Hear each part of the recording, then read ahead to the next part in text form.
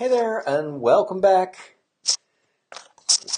Put in these so the microphone works. Welcome back to my Lego stream. I'm Father Roderick, and we are continuing to build Hogwarts Castle. And you can see the Lego build on the left of your screen. You see me on the right side of the screen. And of course, I can switch back and forth. So right now, let me show you, for those of you that have missed the previous episode, this is where we currently are. We have built the surround the rock and the basement of the Great Hall. Look at how beautiful this side is with all the tiny details. Very, very nice. And we've covered the entire build with these straight plates. Very boring. And now we're going to build on top of that. This is where the real fun starts. You may also have noticed that I finally have decent lighting. I have a new IKEA lights. There is a desk lamp that I bought for $10 at IKEA. So I can at least also do this at night, and I don't always have to wait for the sun to shine in order to be able to stream this. So welcome. If you want to join the conversation, feel free to comment on the Facebook stream, or just say hi.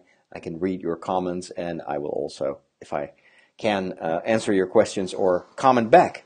So welcome, and for those of you that are watching this on YouTube, thank you so much for joining me. And if you like the channel, press the subscribe button, and you'll get the newer updates as they are delivered. Right now, we have opened all the bags with the number 8, and we start with small things right now. That is to say, hello, Eric. Eric is joining us from South Florida. I hope you have decent weather over there. Right now we need 2 small.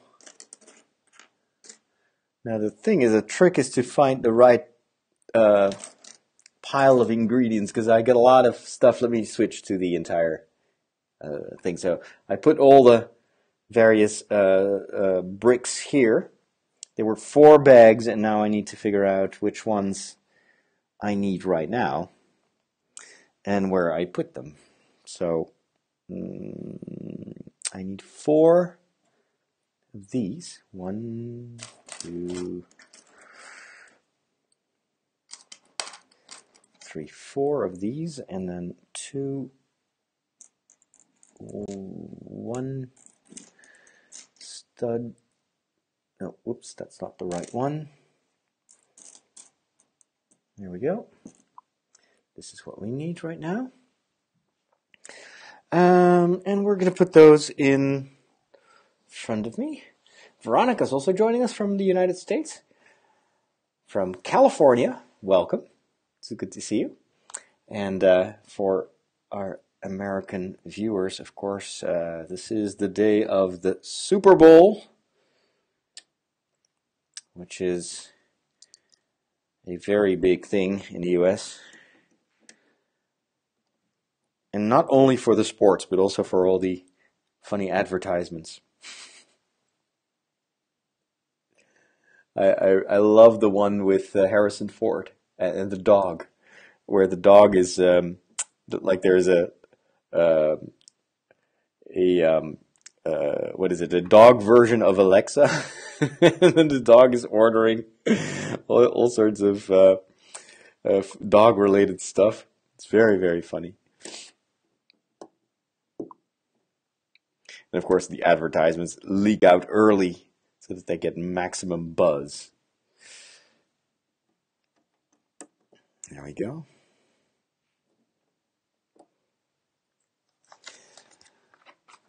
The next step. We need a bunch of gray ones.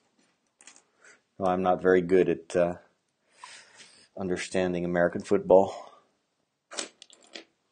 If you've not been brought up with it, you have no idea what's going on the field.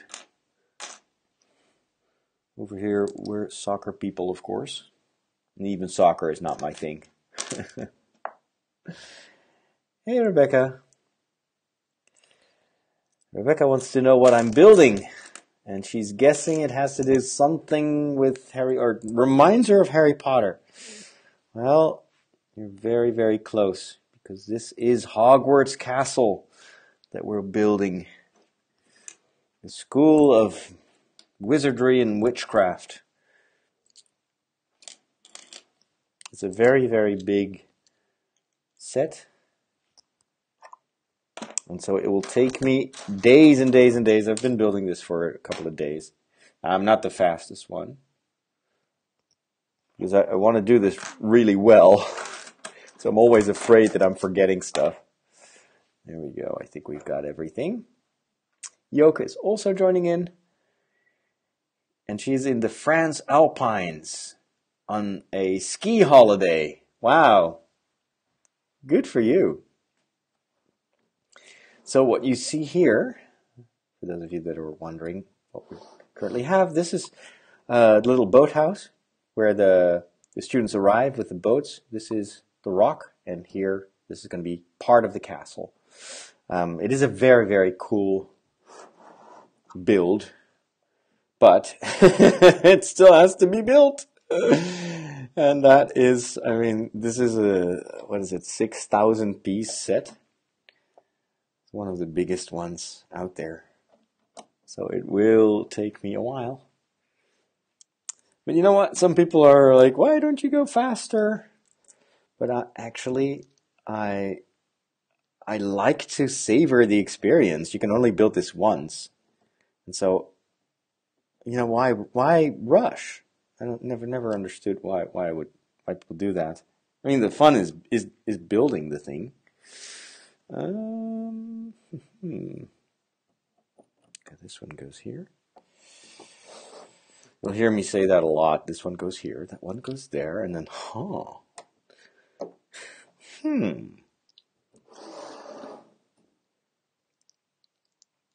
try to keep it as much in view as possible, but unfortunately the camera is on the wrong side of the build oftentimes.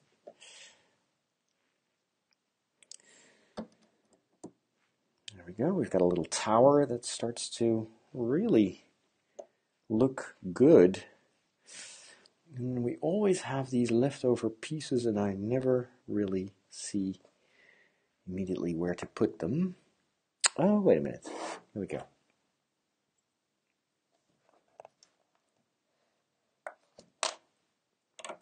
Got this one here.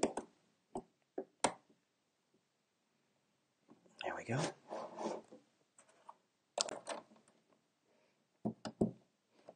I'm very excited because this is the great hall that we're building, which is my favorite set. And they build it in real scale in Harry Potter. It's only the ceiling is CGI. The movies are so amazing.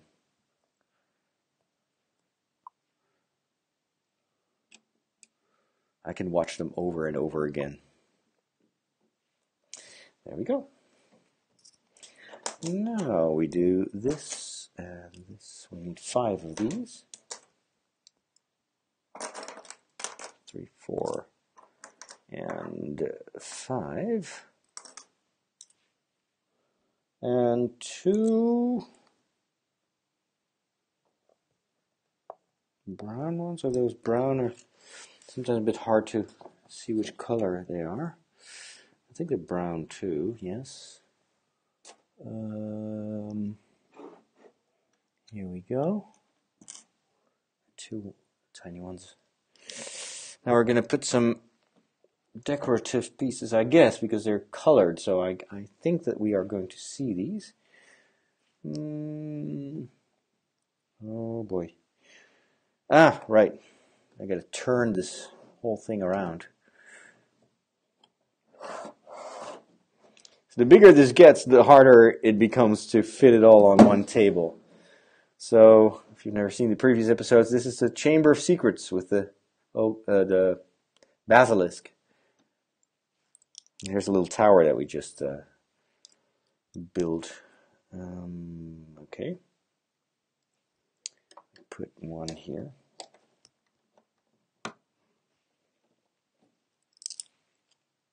Another one.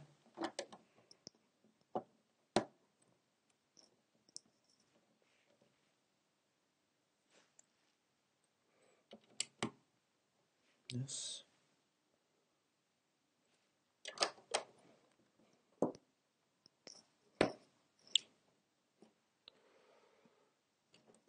This one here. And 2 here. It's all very symmetrical so far. There we go.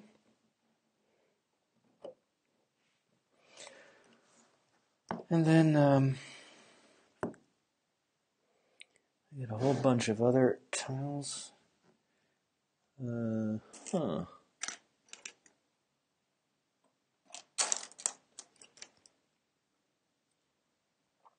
4 round studs, sand color. Yes. 1 gray triangle. The reason that I'm first gathering all the pieces that I need per step is to prevent me from forgetting elements. And with a big set like this, you have to be extremely meticulous, otherwise you'll get in trouble later. I mean, I really would hate it if at step 500 I discovered that I'd forgot to do something essential in step 5 and 6. We've had, even though I've been extremely careful, we still had some trouble earlier on where I would miss certain pieces and or misplace certain pieces as well. Okay. Oh, that's interesting. Well, let's first do all the brown stuff.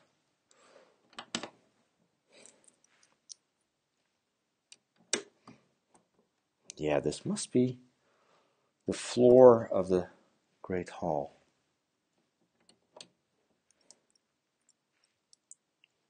It's still a bit of a mystery what it will look like when it's finished. Can't wait to see this.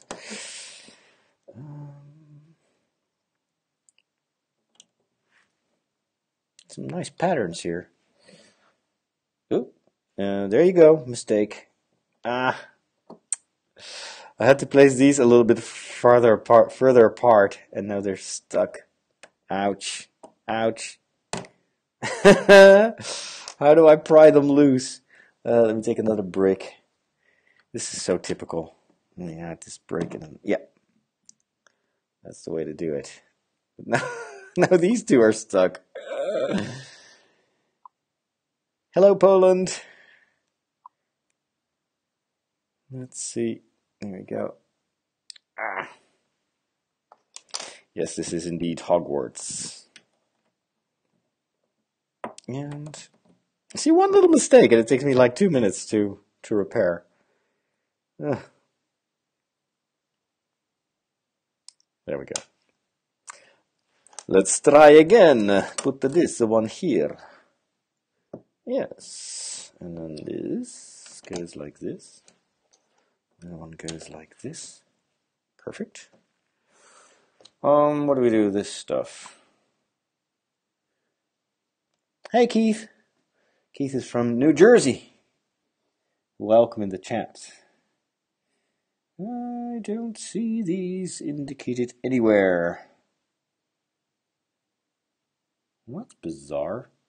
I don't even need these. I just used this brick to pry loose the other one. I was like, what? I don't see this one. Okay. Nevertheless, I still have to pay close attention because I need to place this brown stone. I can't figure out where.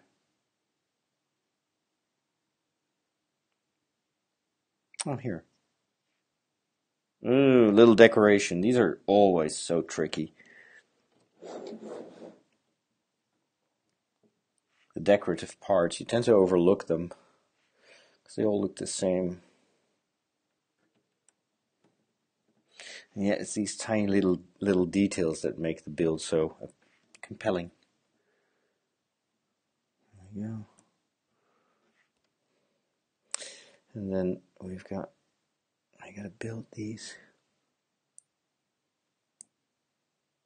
an interesting build. How do I show you?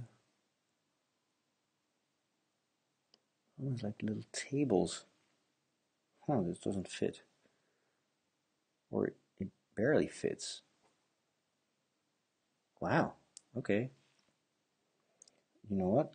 Let's put these ones on the floor first. Hopefully they'll make it easier. One and two. Oh, you can't see. Wait, let me switch to the full screen image. There you go. Now you can see what I'm doing. You don't need to be looking at me anyway. That gets old soon.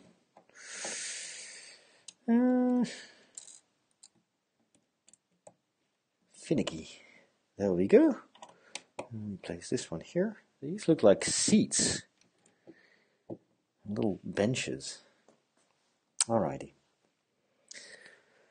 Some more generic brown stuff. One of these and 5 of these. 1, 2, 3, 4, 5. There we go. Oh, and one square one. This one. Oh, we're gonna do more brown elements. Is it wrong for a Catholic to visit a Protestant church having a friend that is Protestant? No, of course it's not wrong. Our Protestant brothers and sisters also worship the same God. And so if you can unite in prayer, then that's a good thing, isn't it?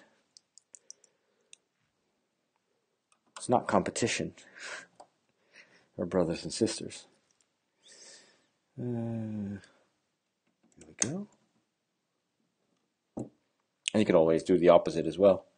Invite your friend to come over and join you for a Catholic celebration.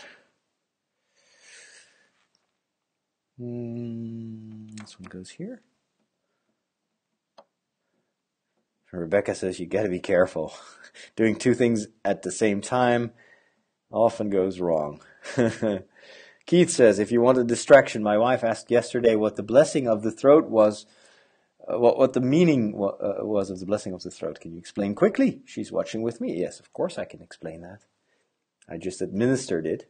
So the blessing of the throat is a old tradition in the Catholic Church that was done on the feast of Saint Blaise. Saint Blaise was a martyr who lived in the 3rd century, died in or was murdered actually in around 316 or 314.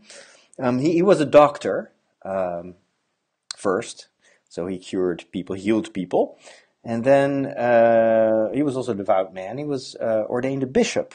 And so from a healer of physical ailments, he became a healer of the souls, so to say. But that was in a time that Christians were persecuted. And so at one point, the emperor has him arrested. And that's about all we know. We have a few reasonably reliable facts from those early centuries. And then 400 years later, as is often the case with these very old saints, we see that writers start to write all sorts of stories, and some are loosely based on the oral tradition about a saint. Sometimes it's made up. Who can tell? We can't verify it, so it's not necessarily disproven, but those are more pious stories that want to emphasize the holiness of the saints and of the martyrs. So it's well intentioned. And one of these stories, and again we have no factual, no way to verify it, but one of these stories tells the story that Saint Blaise, after he's been arrested and he's imprisoned, is visited by a woman with her son, her child, who is choking on a fish bone that is stuck in his throat. And for whatever reason, I don't know the entire story, she goes to see Saint Blaise and asks him to help her, which he does. He prays, and when he prays, all of a sudden the child is healed. And that story that dates to the Middle Ages has become kind of the token story for Saint Blaise, who already, I think, was a popular saint at the time to invoke for all sorts of ailments, probably because he was a doctor before he became a bishop. But that story kind of consolidated his popularity as a saint who could intercede for people that are struggling with ailments of the throat. As you know, in the Catholic faith we have many saints, and a lot of these saints have particular specialities in a certain way, you could say. So people tend to go to certain saints for certain requests. And so that is also the case with Saint Blaise. And on the day of his death, the day that we celebrate in the church, which is the 3rd of February, still today, the priest can administer the blessing of the throat, which is done with 2 candles, and that is probably linked to Candlemas the day before. So it's 2 candles, symbolizing the light of Christ, of course, and then they are held in a crossed position. If you go to my Facebook page, you see a Lego photo that I just made before I started the stream of the blessing, what it looks like. So you cross 2 candles, hold that in front of the throat of the person that asks for the blessing, and then you say a prayer like at the intercession of Saint Blaise, may the Lord protect you against ailments of the throat and other ailments, and then you bless the person with the sign of the cross. And that's all it is. And does it work? Well, maybe, maybe not. But that's not the point. If people ask a blessing, it is a sign of the fact that they want, in any circumstance, also when you're suffering, or that you turn to the Lord, and that the saints, just like we ask each other for prayers if we are ill or someone is going through difficult times, then what is more beautiful than to let someone know that you're praying for him or her. Well, that's no different when people die, especially when they're on heaven like the saints. We can ask them as our friends to intercede for us, to pray for us. And that prayer helps us to open ourselves up to the will of God. And if God grants us to be healed or protected against ailments of the throat, and that's a good thing. And sometimes God has other plans, and we have to accept that too. A few years ago, I was administering the blessing of Saint Blaise, blessing of the throat, and at that time, I suffered one of the worst throat aches that I ever had. I could barely speak. My voice was all like this. How trustworthy are you? So there you go. That's kind of the short history of the blessing of the throat. I hope it's helpful. Let me see what other comments do we have. Rick says the Hogwarts castle continues to grow. Yes, it does. It does. And I think I'm currently actually building the floor of the Great Hall. This is probably where all the tables are going to be for the students. I need to count 1, 2, 3, 4, 5, 6. I've got 4 rows now, so we need a couple more rows. Patrick Daniel says, I was just watching the previous episode on YouTube. Well, that's okay. That's time travel. So immediately you're fast forwarding into the future where I'm building this. There we go. 1, 2, 3, and 4. Rebecca says, good luck with the building. I'll follow this some other time, and I wish you all a very nice week. Well, thank you so much. You too.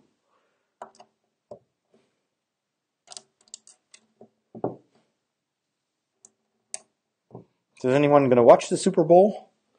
Not everyone is American, of course, in the chat, but I always they make us think in the Dutch media that there is not a single American that won't watch the Super Bowl. I always wondered if that is true. I guess for a lot of people it's also an excuse to have nice snacks and stuff. Michael Frederick Kirulf says, hello, Father Roderick. Love your content. Thank you for sharing your faith and awesome geekiness. So much fun, yeah. With me, it's always a combination. Which makes me, of course, the subject of a lot of ridicule. That guy is not serious. He can't be a real priest. He's too geeky for that. Someone should talk to his bishop. All this Lego building, doesn't he have other things to do, like prayer? Okay. We do this here. To which I always reply, yes, I have a ton of other things to do. Welcome to my life. But priests also sometimes need to rest and not work and not pray and, well, you have to always pray, but you know what I mean. Sometimes you just have to do things that distract you and recharge you. I don't have too many of those moments in my life currently, so any moment of Lego building is more than welcome in my life. Rick says, ugh, my Mac won't recognize my iPhone. I need to find a bigger hammer, I suppose. Your Mac doesn't recognize your iPhone. Okay. I didn't even know that Macs could recognize iPhones. Keith says, between the snacks, the game, and halftime show, I think it pulls most Americans into watching the game. Cool. Rest, recharge, and relax. Yes. And the commercials are also important during the Super Bowl. So what is everyone's favorite snack to eat during the Super Bowl? I've watched it once in Atlanta, I think. And I didn't understand anything. Someone gave me a crash course. So it was all about these little distances that they run, and I was utterly confused, but I did like the snacks, and I remember that there were a lot of hot wings.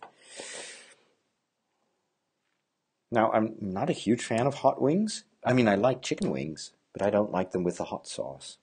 I think it kind of spoils the taste. It's like putting ketchup on fries. It's like, why? With ketchup, you don't taste the fries anymore. You just taste ketchup. It's too overpowering. Veronica says, I'm not watching the Super Bowl.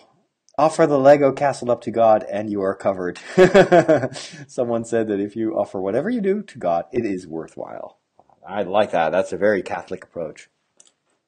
Thanks for reminding me. 2 of these. 1 of these. 2 slightly longer ones. Oh, what is it? And here we go. And 7. No less than 7 of these. 2, 4, 5, 6, 7. Very well. Okay. We're building. Let me switch to the full view again. Looking nice, isn't it? I love, love, love, love, love, love this. Here's where the tables are going to be positioned, I assume. Right. Another one on top of this. One here. This is probably the outer, what is it? Would this be outside of the Great Hall? I think so. This is probably where the lanterns are going to be. Oh, one of my dreams is once I finish this, which will be in the year 2050, I want to buy LED lights. There are some LED light sets that you can buy, and you can light up the entire castle with these lights, and it looks amazing. And at first I was like, perhaps I should buy these LED lights first before I start building, because they have to be integrated. I mean, they're lighting up the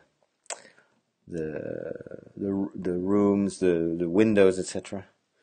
But then I read that actually that is not the best way to go about it.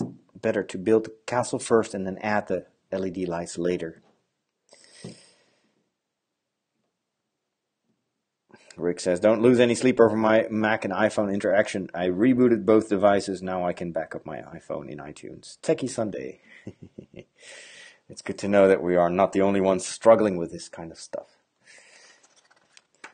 Patrick Daniel says, on a serious note, your podcast's adventurous nature, jokes, and personal stories actually help me to embrace and deal with my geekiness, life struggles, and basically helps me to accept myself. That's great to hear.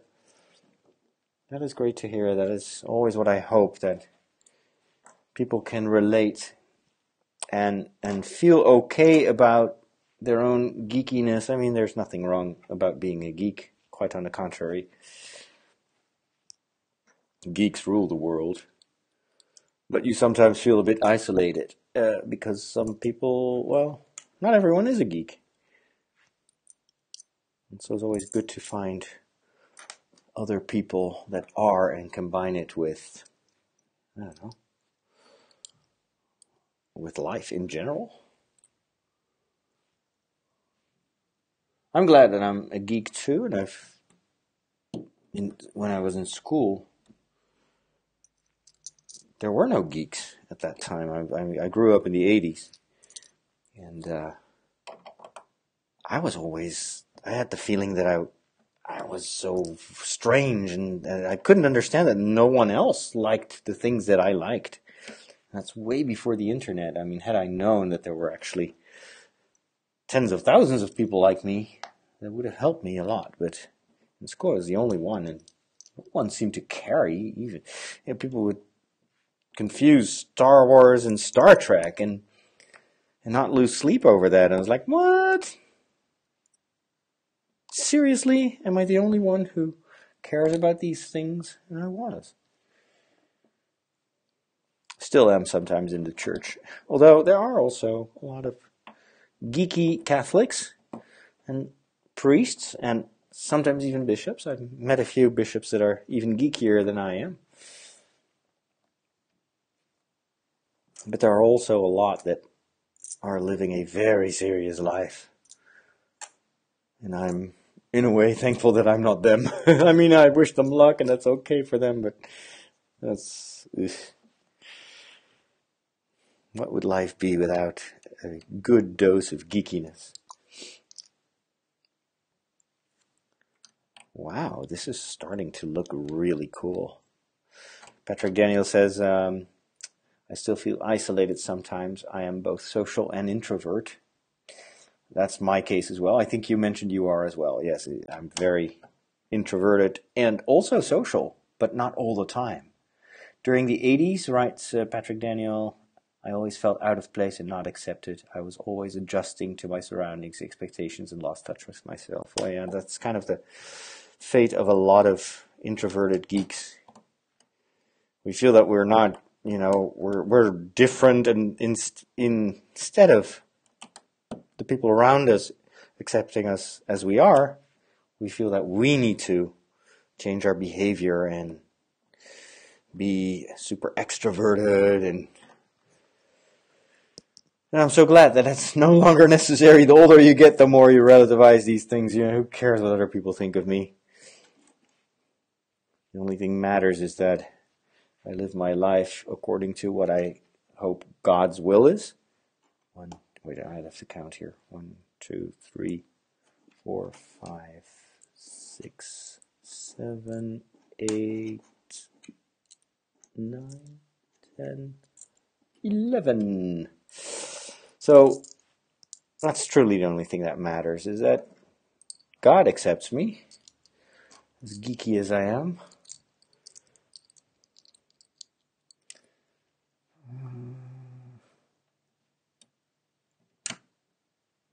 There we go.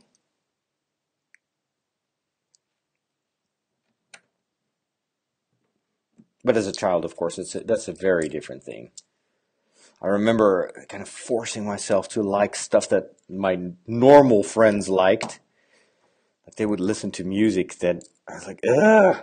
Especially the music in the 80s and the 90s. I just hated like 90% of that music. But I still listened to it so that I could talk about it in school.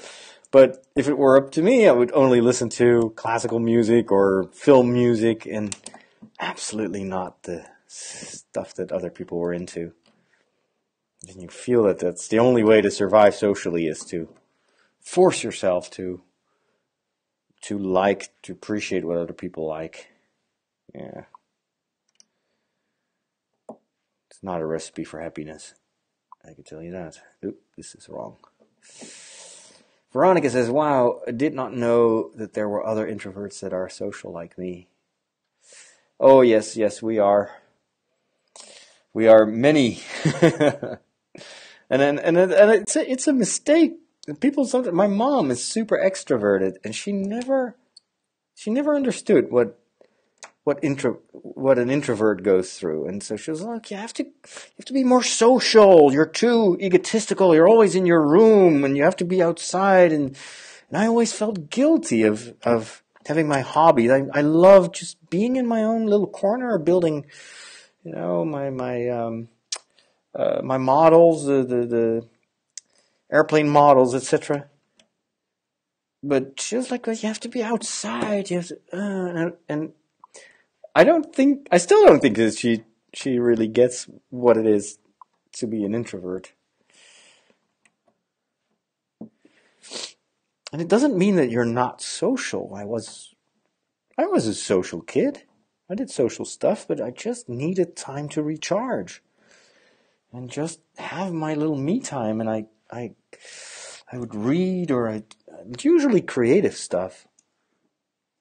And one of the cool things of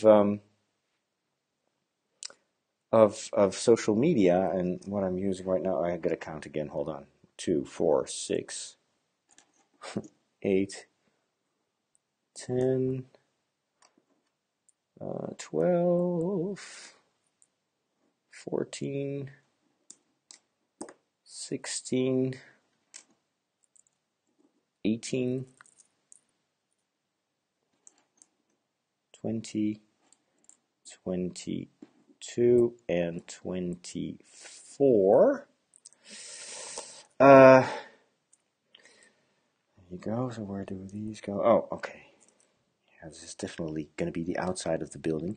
So introverted people are social, but we need time to recharge. And with social media, I can be both alone. I mean, I'm here by myself at the rectory. This morning, I spent all my morning until very late, like 2 o'clock, talking to parishioners, and there were a lot of parishioners that it's getting worse in a certain way. The last few weeks, more and more people just want to talk to me and then don't stop talking. And there are just times where at the end of a day that you have had 2 masses. This weekend I had three masses, and then you have all these pastoral meetings afterwards, and I feel so drained and so tired. I mean, I don't let it. I don't let them notice it. But what I want then, especially if you got these people that don't pick up your signals, like I'm like you're trying to convey that you're tired and you want to go home, and then they keep just adding to the conversation. And a lot of these people are, it's a certain type of people that they don't actually need pastoral help. They just have latched onto someone who is actually listening to them, and that, I mean, that's a good thing. It's a virtue to be patient. But on the inside, I'm sometimes just screaming like, I want to go home. I just please stop talking. I'm done. I just want to go home and do Lego stuff. Is that antisocial? Is that egotistical?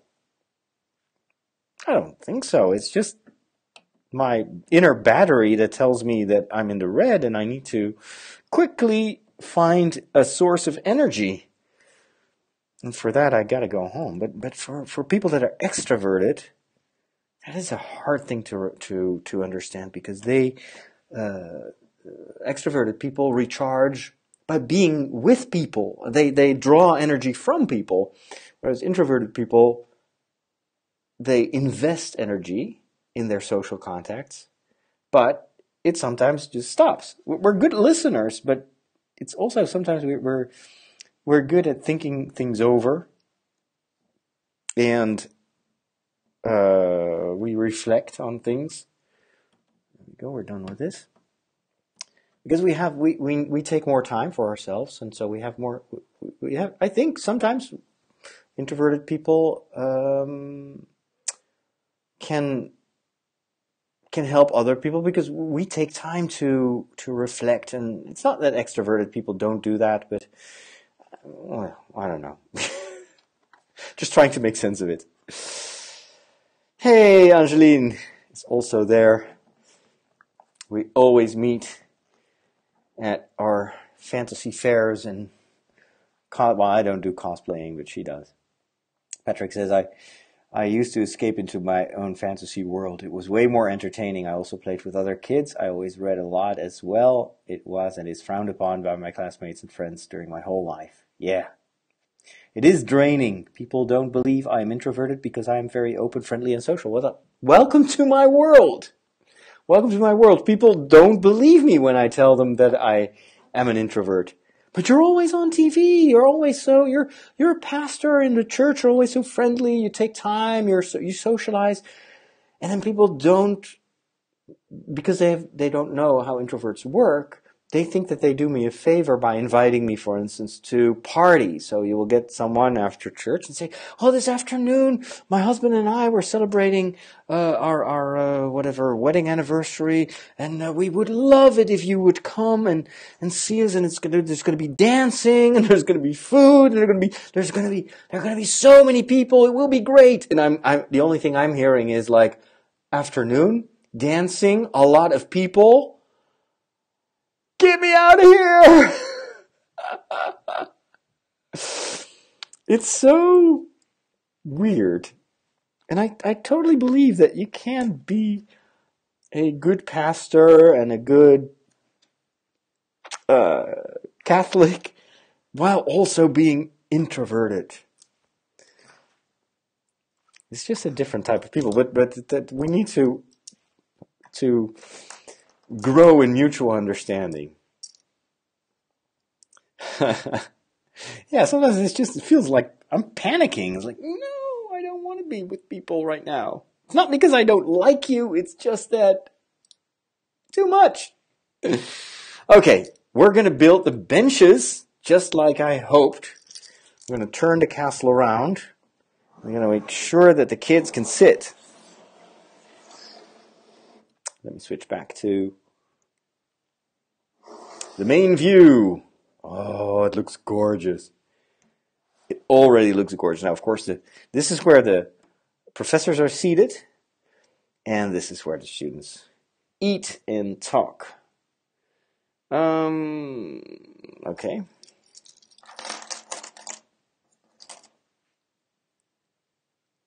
It's a very simple build.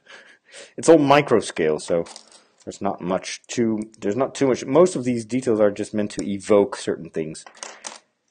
Like on a regular minifigure scale, you would make real benches. These are just basically here, just two pieces. This is a bench, but it works because it's brown, so you kind of understand that this is a bench. Now I want to go see Harry Potter tonight. The only problem is I don't have a Blu-ray player anymore, because I sold my my PlayStation. I was using a PlayStation 3 as a Blu-ray player, and then I started to declutter. And I was like, well, I never play PlayStation games anyway. I don't have time for that, so let's get rid of it. And then only afterwards I was like, oh, but wait a minute. I used it to watch Blu-rays. So I have the Harry Potter movies on Blu-ray. The only way I can watch them, but it's a tricky thing, is by streaming them on my computer and then using a Steam link to stream my computer screen to the TV below on the floor level. But oftentimes there are issues with the connection, and then you're in the middle of a story and it's like, oh, what's going to happen next, and your connection is interrupted, and I have to go upstairs and try to fix it and reboot it, and ugh. Okay, now we're going to make the professor's bench. Of course, the professors at Hogwarts are seated a bit on an elevated stage, so everyone can see them and they can see all the pupils. That's what we're building right now. These brown Lego pieces usually are very rare. Not often used. I'm very glad that Lego is starting to use, I don't know, more grown-up colors in their builds. Not everything has to be garish. Hein Peter says, Quiet by Susan Cain, I suppose that's a book, gives great background on how introverts think and react. Somewhat of a must-read. I've never heard of that. Quiet by Susan Cain. Thank you so much for the tip. And then Veronica says, after a long day at work, I just like to play Lotro or watch my TV programs. Veronica, you're playing Lotro? Do we know each other on Lotro? Have we met before? I normally, you're walking around in Middle Earth, and then you can be on a quest for days with people, and you don't even know who they are in real life. So forgive me if I should know you, but on which server are you?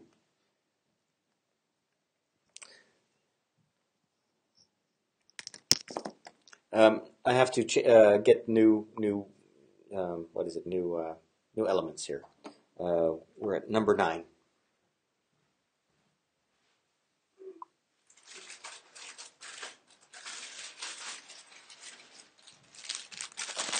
There we go.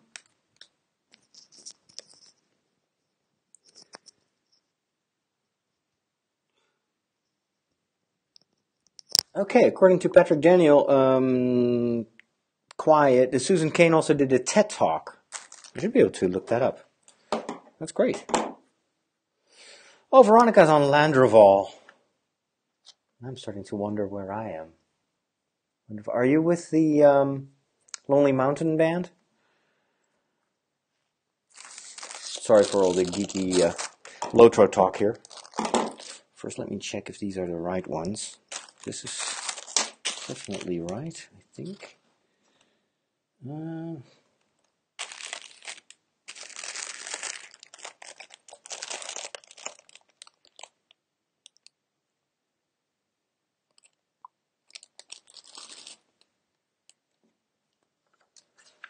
Let's see.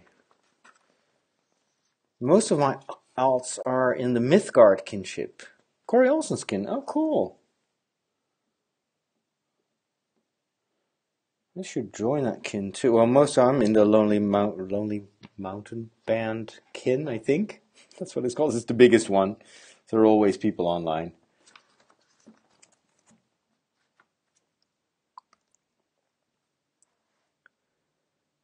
But I kind of miss that there was a Corey Olsen kin. It's cool.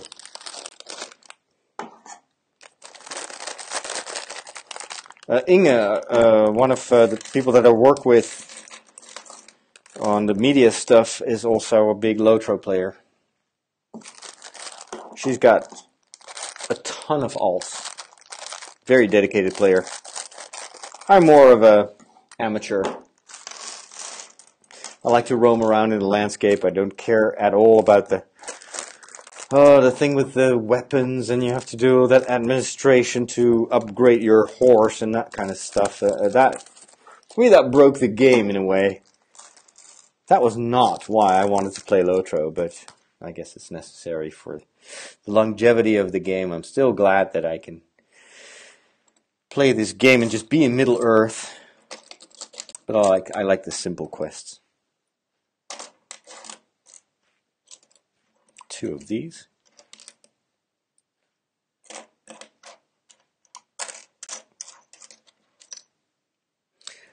Veronica has 11 alts. Wow. That's a lot. Oh boy. 1, 2, 2 of these. 1.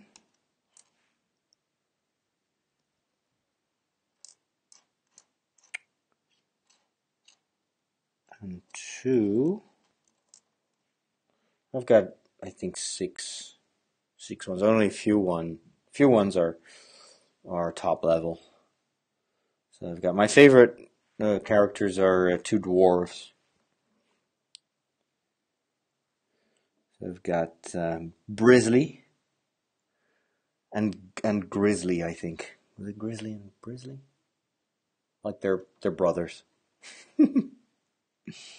One is I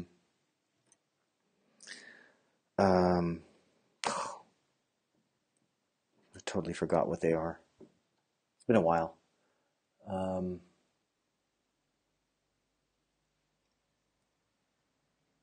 But it's a different genre. My brain is not computing. My brain is like, I thought we were going to talk about Harry Potter. Now all of a sudden I need to talk Lord of the Rings Middle Earth.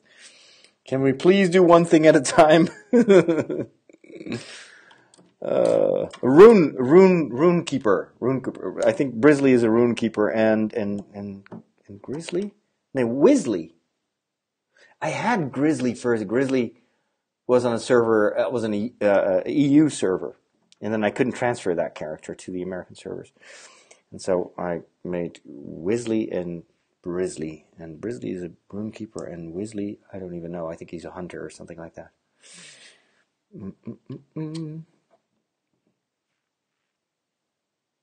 But I should join the kin. Is it an invitation? Invitation only thing? So I think I have a few alts that are kinless. I think I have an elf that has no kin for now. Oops. Wait. Oh, here.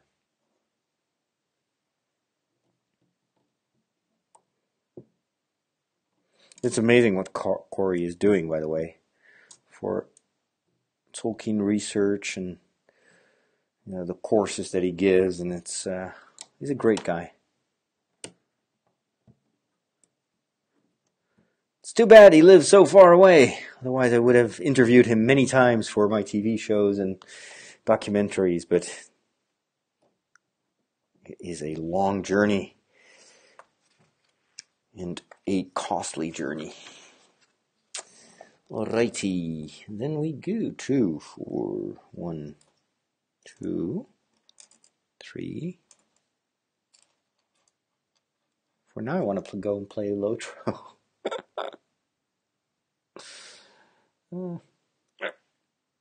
First things first. I can't leave these students without their school. Let me switch back to this. Okay. Well, I'll hop online later on and see if I can join the kin. So it's called Mythgard and it's on Landroval. Cool. Oh wow. These are just oh, this is lovely. These are going to be the seats for the professors.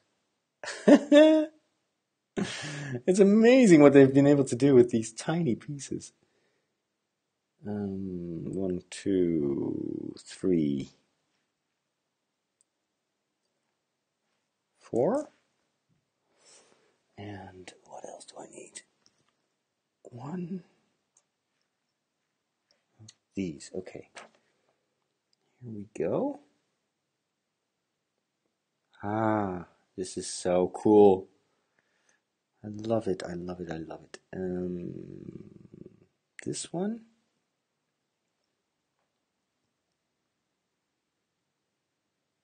Wait. How does that work? I think like this. And then this one next to it. Ah, I see what they did. Wow, that's pretty good engineering. And also Arnor, the legacy server. I've not tried out the legacy server yet. It's basically, you can play the game the way it used to be in the early days of Lotro. I've been a long time player. I've actually a lifetime subscription, a lifetime account, which I bought in the first year that Lotro was online, and I have not regretted it. Because boy, did I make my money back.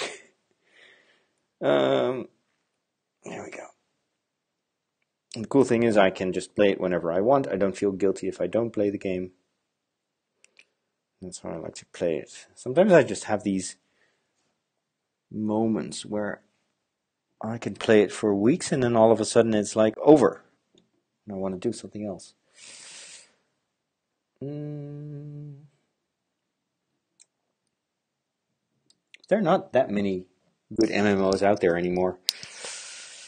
Except for World of Warcraft, which is expensive, so I stopped playing that after a while, because it's like a monthly fee that is... It's a cool game. It was actually much more fun than I thought. I always poo-pooed it a little bit because I was so into Lotro. I just didn't like the style of the game, the graphics. Looked too cartoony. Until I started playing it, and then I was like, now I understand why everyone loves World of Warcraft, because it is very cool. Like the mother of all MMOs.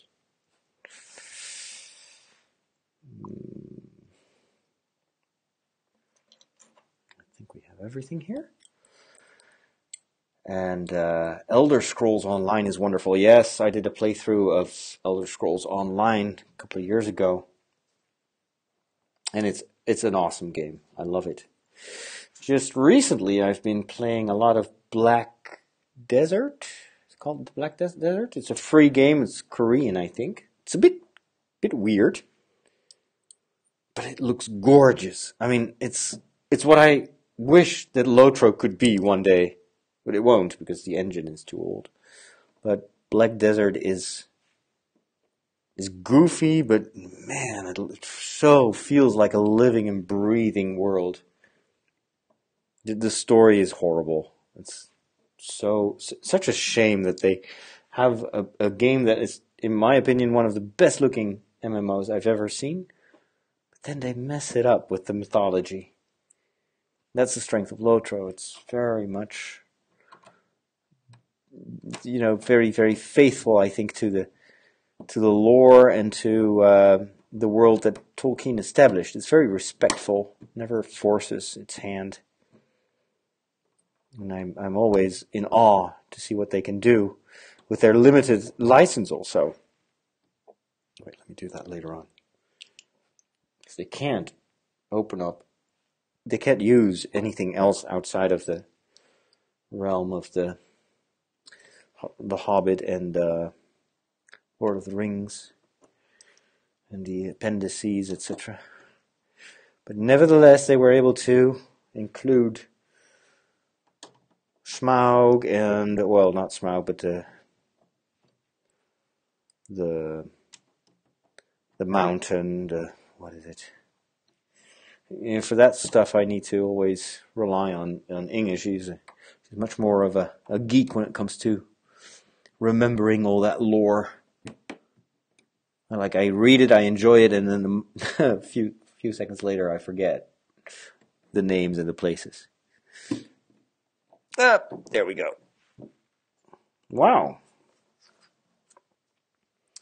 This is starting to look very pretty. And then we have this one in the center. I love it.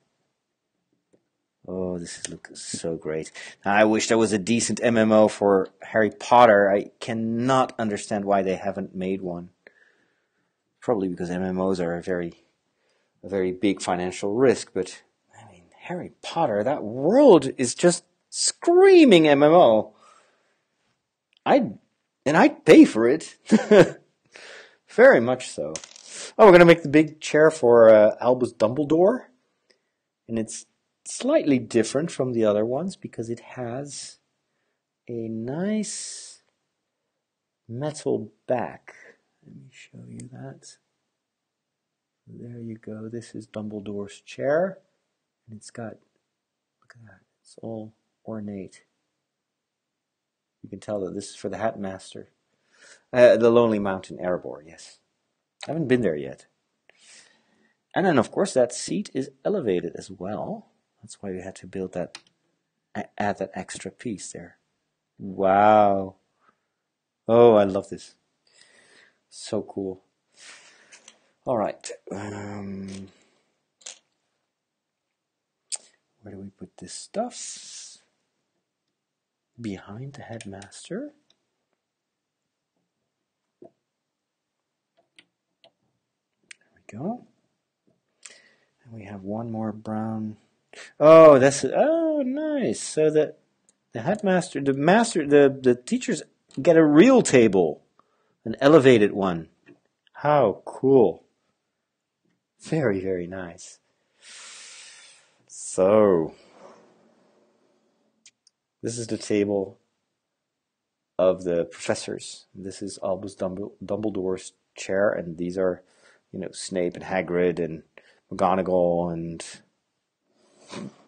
random professors.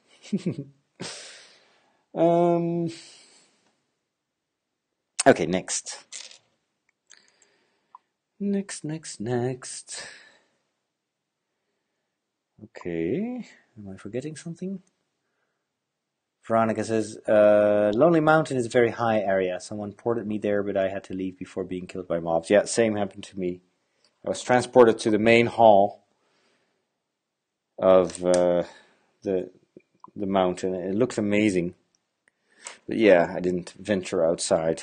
That would have gotten me killed. Although, I'm almost there with some of my alts. I think Brisley is almost cap level. Yeah, okay. Level cap, I mean cap level. Can't speak anymore. Patrick Daniel, are you going to put it up for display when it's finished? Oh yeah, you bet.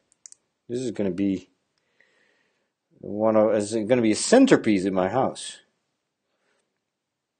You know that I have a Harry Potter room? That's how geeky I am. I've got a room that is entirely styled in the Harry Potter style. And it's a lovely place to be. I've got my wand, I've got little magical creatures in boxes, I've got like the crest, the Gryffindor crest above the chimney. It's just one of those geeky things that no one would understand except for geeks like me. And I was moving to this rectory, and I was like, no, this is my chance. I am going to make myself a Harry Potter room, and I don't care what other people say about it. So people were like, oh, you're going to make a chapel?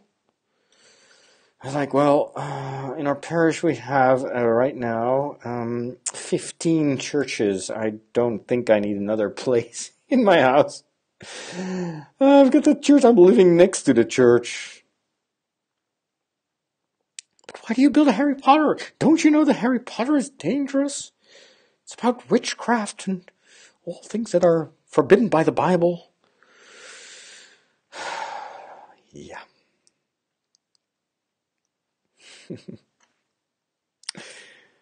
Same old discussions over and over again.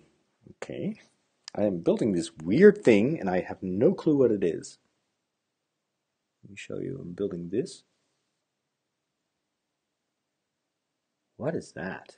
Or is this the way up? Almost looks like a chimney or something like that. Like a, not a chimney, but a fireplace.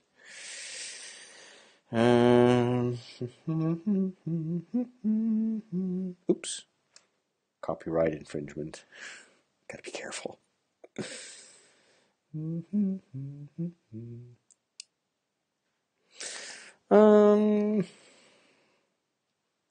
go. I'm gonna stop after this step when I've finished all these pieces because I'm getting pain in my back. This is a standing desk, so I'm standing up. But I'm always looking down, so my shoulders are starting to feel it.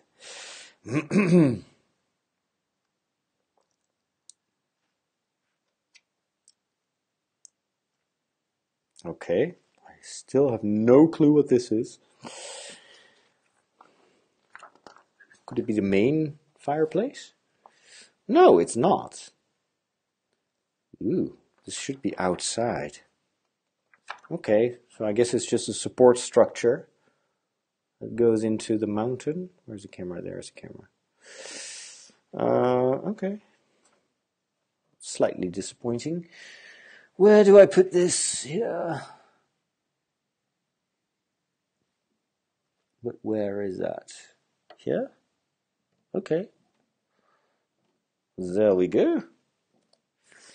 Now we do little lights. Oh, I love this. We're going to do the stained glass windows. This is a new invention. It's literally been invented by Lego for this set. How do you do stained glass or give an impression of stained glass windows just using regular Lego blocks? Well, we're going to build it, and it's genius, but it's also a ton of work. Oh boy, oh boy, oh boy, this is going to take a long time. Let's first gather all the translucent pieces. Blue. Let me show you a bit what I'm doing. We need one blue, 3 dark blue ones, I think. No, that's actually light blue. Oh wait, what? Those colors are so weird. Let's start with red. Red is easily recognizable. So we've got red. 2 green ones. 1, 2. 3 blue ones. Dark blue. There we go. I always loved these translucent Lego pieces. As a child, it felt like magic. And then we need a whole bunch of these support pieces, these ones. These are going to hold the windows. And we're going to stack them up. 1, 2, 3, 4, 5, 6, 7, 8, 9, 10. All right.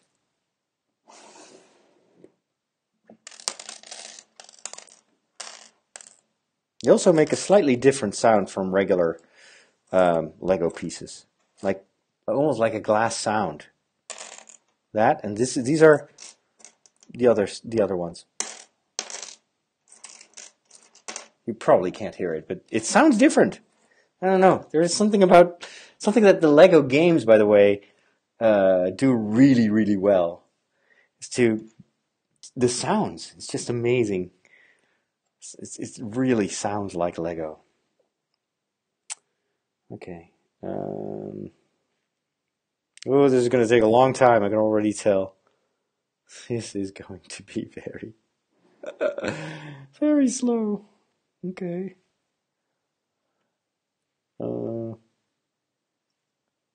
Oh, here. Wow, I love this.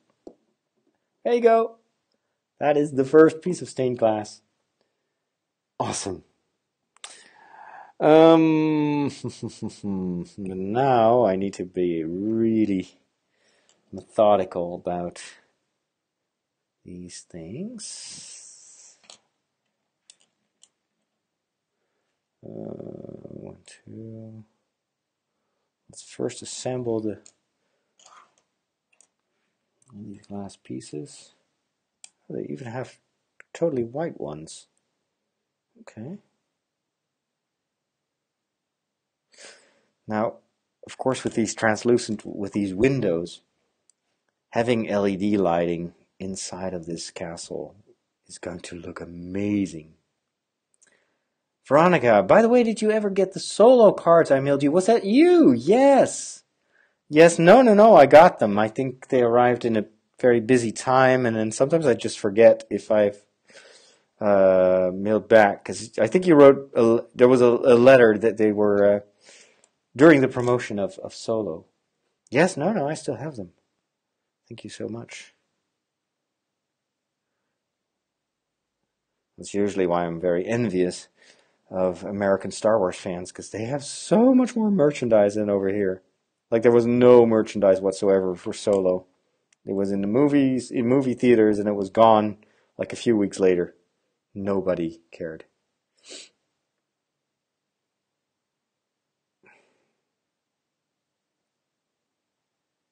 There we go. Now, I'm not a Star Wars collector, of course.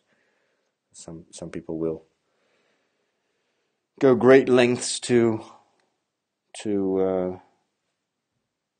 collect all these things, but there's just way too much out there.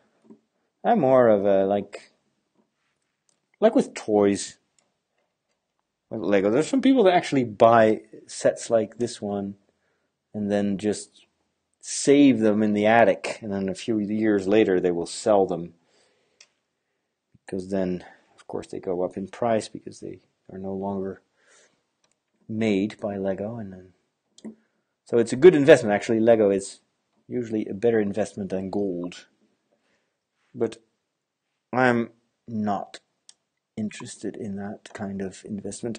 I want to build, and make sure I put the right colors in place. Hello, Inge. We were just talking about Lotro a while ago. Veronica in the chat is actually part of the I was going to say Mythbusters kin, the Mythgard kin, Corey Olsen's kin on Landroval. So now I'm wondering if I have a leftover alt that I can use to join that kin as well. This is the main hall that you're looking at. Yes, indeed. These are the tables of the students, and this is the big table for the professors. This is Dumbledore's chair. And then we're now building something very cool, which is stained glass, Lego stained glass windows, which is amazing. There we go. Green, then we get white.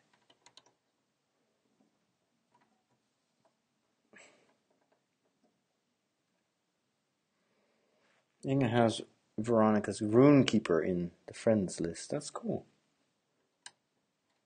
Are we on Landroval as well, Inge?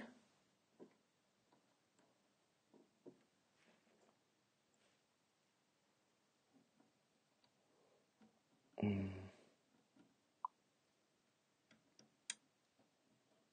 we go.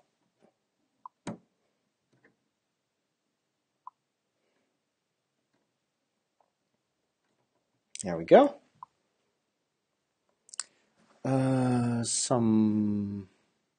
Ooh, we got another part of the stained glass windows magic is these iron bars or frames. We are also on Landroval. Oh, cool. I kind of knew that, but I wasn't sure. Okay. We place these ones on this side. For once, you can actually see, you have a better view than I have while building that. Hey, I don't know how to pronounce that. Aimee Ramos Kaluya. Hi, Father. First time here and enjoying every minute. Well, welcome. Good for you. Welcome. And we make a few blue ones.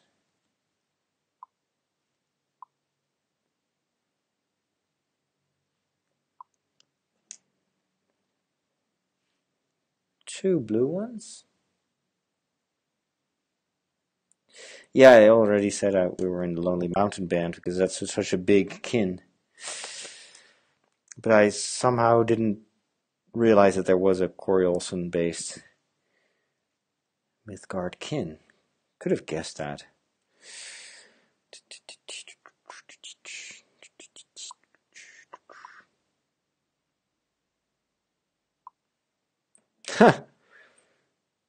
Tinkering with the Chromecast. Oh, but I forgot. Patrick Daniel asked me if I'd seen the latest episode 3 of Star Trek Discovery, and yes, and oh my god, it's so good. I love that show. It's like seeing a movie every time. It's so good.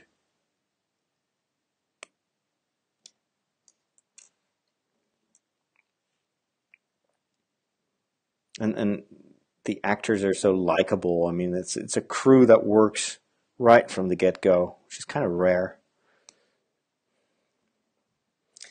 Alrighty. White, green, let's start here. So on top of the blue, we put white. Hope this is going to fit. I can't really see what I'm doing. There we go. Then green.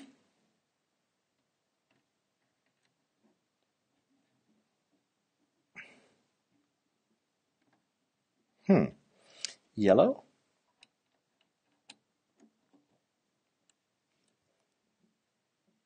Is that blue? I think it's blue. Blue. That is white. And then we get green again.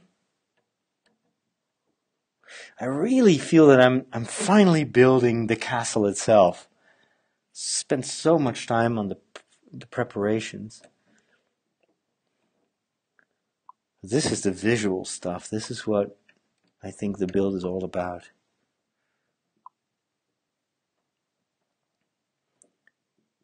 Another visitor from California. Well, welcome. Patrick Daniel says the second season is so much better. I prefer it over the J.J. Abrams movie. So do I. The cast is great. I actually like the first season as well. It's weird. I mean, it's very daring. The stuff that they do with the Klingons and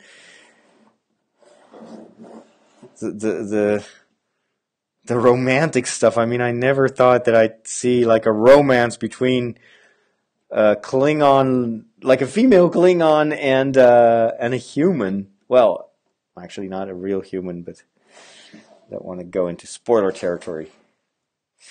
Oh, wow. Cool. This is amazing. Oh, I love this. Check out what they've done. This is so cool. We're going to use these pieces. And they're going to fit over the circular translucent pieces. That is genius. 1, 2, 3, 4. These are new elements, by the way. I don't think 2, 3, 4 that Lego had these before. And then 3 corner pieces. 1,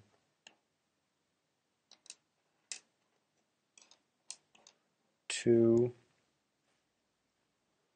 Oh, there's supposed to be a third one. Oh, it's this one. Okay, there we go. Wow, wow, wow. I love this. Okay, so we're first going to put this one right here. Check it out! Unreal, this is so cool. Like the grates of the window fit in the hollow part of this stone, so you get this beautiful arc, and then the window is behind it. Oh, I love it. And then we get, put this in the right position here. We get this. Oh, no way. This is awesome. Oh, same here, but smaller. Look at how beautiful this is. And then this is colored glass on the inside, so if you put a light behind it, it's going to look amazing. And this is just 2 studs high, and yet they totally give you the feeling that we're looking at stained glass windows. Amazing. Absolutely gorgeous. And it also keeps the stuff in place. Because this is hollow on the inside, and so the window fits, or the metal grill fits in there, and it fixes it in place. That is amazing. All right. I think we're going to see this in a lot of future builds as well. Oh, wait. This is not the right piece. This one is. Very good. And we put this one here. Okay. And this one on top of this. Check it out. I love it. Can I still carry it? Can I lift it up? It's getting harder and harder to show it to the camera. Look at those windows. How cool is that? Oh, amazing. I should be sponsored by IKEA and by Lego, yeah. I'm very quickly enthusiastic, as you know. Yeah, I think that would probably not be good for my integrity if I would be sponsored by Lego. 1, 2, 3, 4, 5. And now we're gonna, this is getting better and better. We're gonna put these tiny holders in place, and this is gonna be for the torches that light up the Great Hall. Oh, sweet. I can't wait to see this. 2.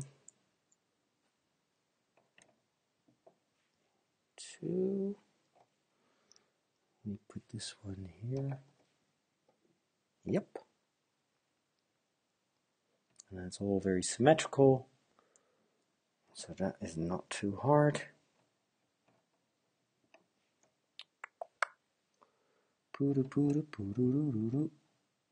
Yep.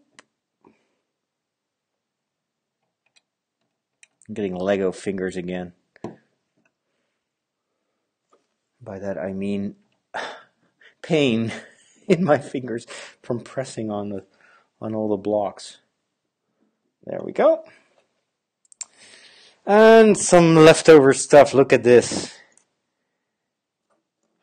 Translucent Lego. Beautiful. Translucent flames. Oh, I love it. I love it, I love it, I love it.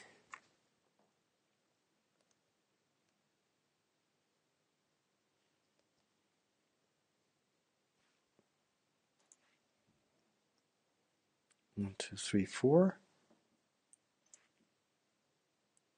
Yes, and then this, and this, this, and this. 2 of these. Okay, very well. So we're first going to assemble these candles. Haha, there you go. Cute. Love it. Where do I put those? Wait a minute. Oh, it's actually the other way around. They're supposed to be torches. So this is more like it. Let me show you that. Kind of hard to see. Anyway, we'll see. You'll see what it is in place. So they go into these. One. Oh, this just bags for small LEDs. There we go.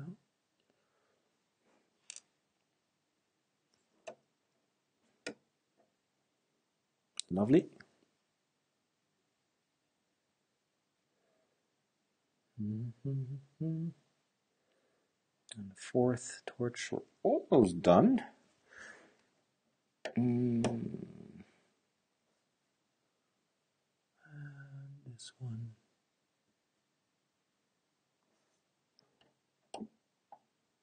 Nice.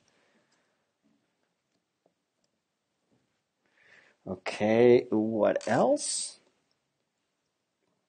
I'm going to strengthen this a little bit, because this is only part of the wall, obviously.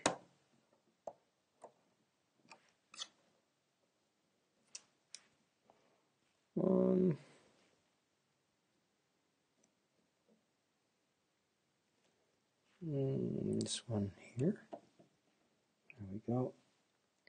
And that goes there. And we're done. Ladies and gentlemen, we have completed another nice step. This is a very enjoyable step of the build. Let me show you what we have done so far. This is the castle. Here you see the Great Hall. This is going to be the entrance with the door, of course. Here are the students going to be sitting. Actually, I do have the students, just to give you an idea of what the scale is. This is a student. So there you go. And we have a student. We also have Albus Dumbledore, which I'll put in his chair. There you go. Wow, this is tiny. This is super tiny. There you go. You can't really sit, of course, but now Albus Dumbledore is standing there, and it's one of the students. And here you see the windows on the inside. You can't really tell because the camera is slightly elevated position, so you can't see the windows from here. But you see the torches here, and this is going to grow even higher. So we're going to build this up next time. And but I love the whole configuration, and you can see that the Chamber of Secrets in this build is located right underneath. Now, of course, that is all not exactly the architecture that we see in the movies, but well, this is also Lego. You have to make some shortcuts. But this is what we've done. And, oh yes, the rest of the nation is watching the Great Dutch Bake Off finale. We are building. That is indeed a big thing. Heel Holland Bakt. It's like one of those baking shows, which has been pre-recorded months ago, but only now people will discover who wins. There's actually someone from my town, from Amersfoort, in the finale. Hey Hugo, how are you doing? So here we go. Here you can see a little bit better. Oh no! Oh, I was afraid that would happen at one point. Where was that? I hope it was here. I'm not sure. Okay. I should probably, instead of lifting up the building, I'd rather just take the camera and bring the camera down. There you go. That is the Chamber of Secrets with the snakes. And then the entrance. Hold on. Entrance is here somewhere. Where is it? Here? So snake, the door with the snakes on it, and then I'll do an over. We'll do the owl. We'll pretend we're an owl flying over the Great Hall, and there is Albus Dumbledore on his throne, and it's out of focus because this camera is not very good. And this is the total build so far. So you can see that there is still a lot that we need to do before it's finished. But I am done for today, if you don't mind, because how long have we been doing this? An hour and a half. That is a very long session. So thank you so much for joining me. And I'm going to take a bit of rest, watch some TV, eat a bit of lettuce, and then tomorrow I am not going to think about tomorrow. There is just so much work now. But that's why it's the weekend. So it's still going to last 3.5 hours this weekend, and I'm going to enjoy every minute of it. So time for a break. Thank you so much for stopping by. Thanks for the nice chat. And I'll hop online, usually probably in the evenings. Now that I have actually decent light, I can, or lighting, I can do this more often.